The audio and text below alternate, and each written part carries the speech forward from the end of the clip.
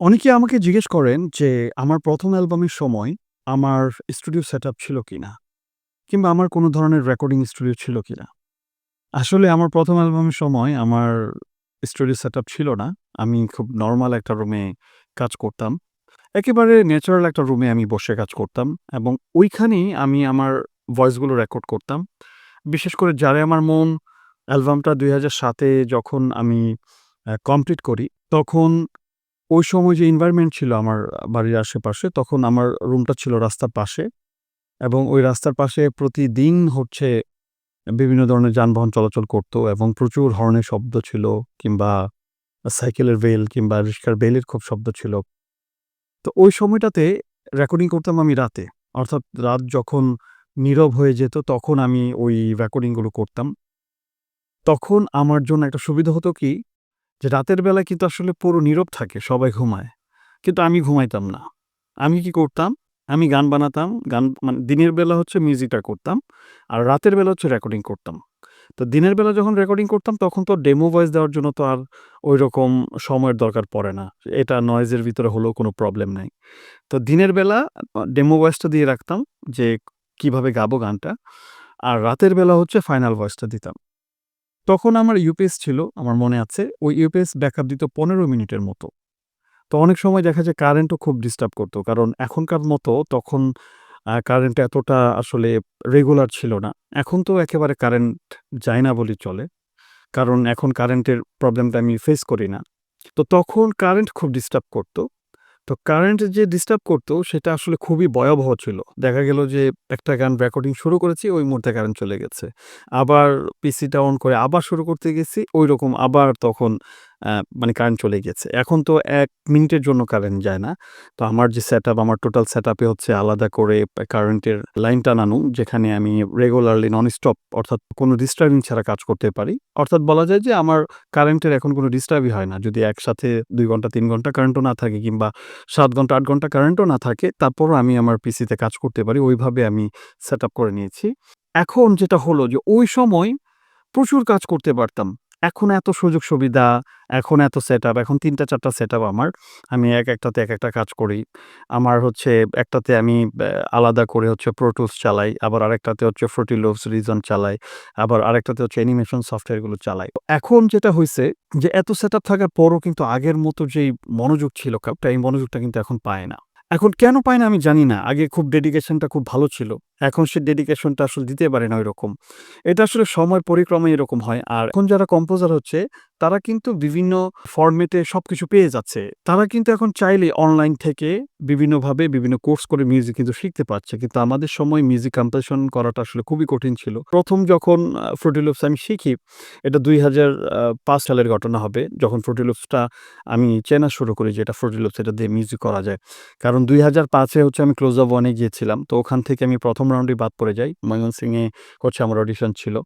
তো ঐখান থেকে বাদ পড়ে যাওয়ার পরেই মনের মধ্যে একটা স্পৃহা তৈরি হয় যে, না, আমি বাদ পড়েছি ঠিক আছে, কিন্তু আমি এমন কিছু করতে পারি যেটা হয়তোবা আমার এই সেকশন থেকে আরো বড় কিছু আমাকে করবে।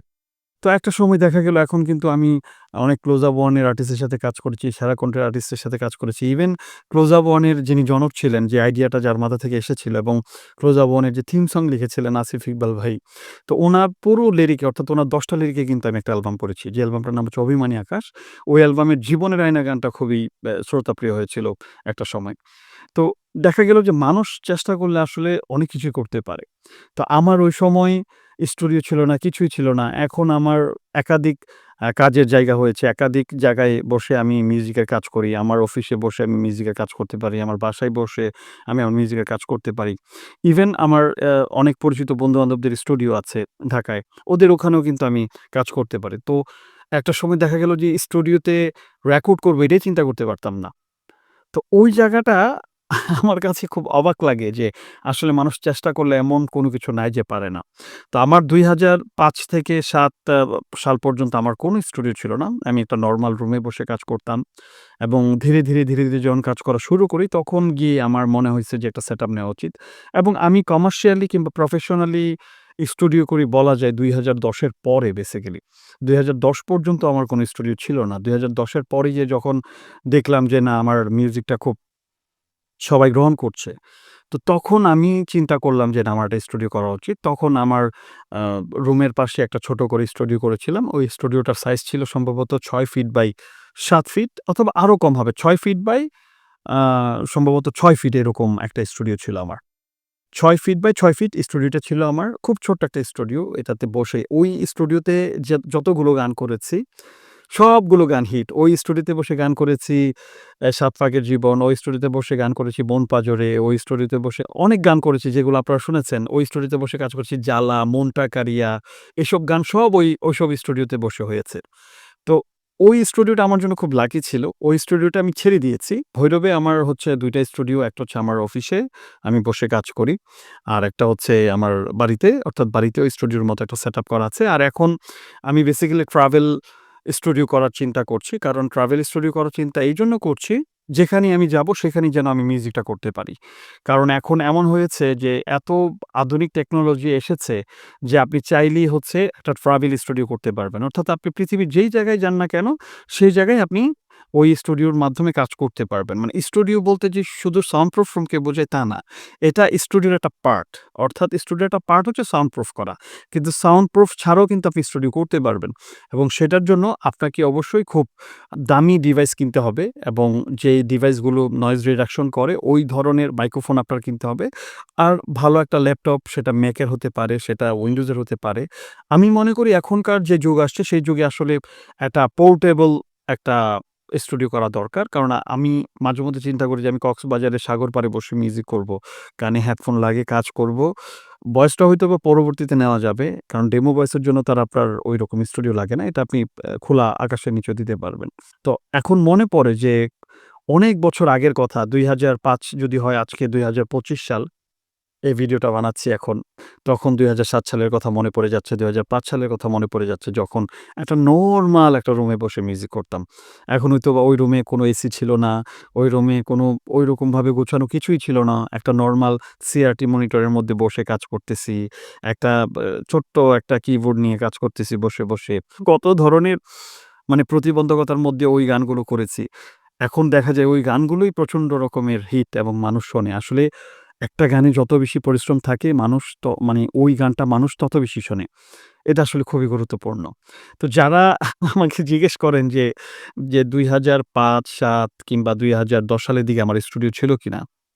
আসলে ঐরকম স্টুডিও আমার ছিল না। আমি নরমাল একটা পিসি নিয়ে কাজ করতাম। আমার নিজের রুমে, যে রুমে আমি থাকতাম, ঘুমাইতাম। ওই রুমে বসে কাজ করতাম এবং ওই সেটআপটাকে আসলে স্টুডিও বলা যায় না। ওটা নরমাল একটা টাইপিং স্টুডিও বলা চলে। যে অনেকে আছে না যে ঘরে বসে টুকটাক লেখালেখি করে কম্পিউটারে, ঐরকম একটা পিসিতে আমি বসে কাজ করতাম। এবং সেই সময়ের কাজগুলা যে মানুষ এখনো শুনছে, এটা আসলে বিশাল একটা বড় ব্যাপার। স্টুডিওটা বড় ব্যাপার না, আপনার সেটআপটাও বড় ব্যাপার না, আপনার মনের ইচ্ছাশক্তিটা সবচেয়ে বড় ব্যাপার। আপনি যদি কোনোদিন মনে করেন যে আপনি একজন সংগীত পরিচালক হবেন, সুরকার হবেন কিংবা একজন গায়ক হবেন, আপনার ইচ্ছাশক্তি আপনাকে অনেক দূর নিয়ে যাবে। আমি কখনো ভাবিও নাই আমি একজন মিউজিক ডিরেক্টর হবো, একজন সুরকার হবো, একজন সংগীত পরিচালক হবো এবং মানুষ আমার গান শুনবে এবং আমি অনেক ভালো মেধাবী আর্টিস্টদের সাথে কাজ করব। এটা আমি কখনো ভাবি নাই। আমি ১ম ভাবছি যে আমার নিজের মনের খোরাকের জন্য কিছু একটা করি এবং মানুষ আমাকে যেন চিনে, ওই জায়গাটাই আমার ছিল। এখন সত্যি বলতে কি, মানুষ আমাকে চিনুক বা না চিনুক, কিন্তু আমার মনের মধ্যে একটা জিনিস কাজ করে যে আমি এত গান বানিয়েছি এবং তার মধ্যে প্রায় অর্ধশতাধিক গান মানুষ খুব মন ভরে শুনেছে। এটাই আমার জন্য সবচেয়ে বড় পাওয়া। মানুষ অনেক অ্যাওয়ার্ডের চিন্তা করে, অনেক সম্মানের চিন্তা করে, অনেক জনপ্রিয়তার চিন্তা করে, অনেক টাকা-পয়সার চিন্তা করে। কিন্তু আমি কখনো এই জিনিসগুলোর বিষয়ে কখনো চিন্তাই করি নাই।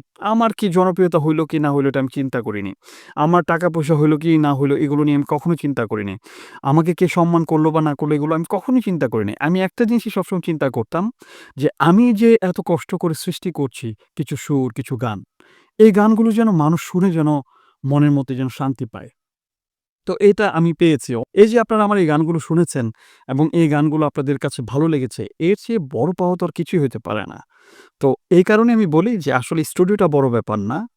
স্টুডিও সেটআপটাও বড় ব্যাপার না। আমি গান গাওয়ার জন্য ইচ্ছাশক্তিটা যথেষ্ট, আর একটু পরিশ্রম আর অবশ্যই মেধা থাকতে হবে। গড গিফটেড বলে একটা শব্দ আছে, ওইটাও থাকতে হবে। ওইটা ছাড়া আপনি কিছুই করতে পারবেন না। তো ওই জায়গাটাকেও আপনার খুব স্ট্রংলি পরিশ্রম করে ওই জায়গাটাতে আপনাকে নিয়ে আসতে হবে। তো যাই হোক, আজকে আমি এই বিষয়গুলো নিয়ে কথা বললাম। সামনে নতুন কোনো বিষয়গুলো নিয়ে আপনাদের সাথে কথা বলব। সে পর্যন্ত সবাই ভালো থাকুন, সুস্থ থাকুন। আজকের মতো বিদায়। আল্লাহ হাফেজ।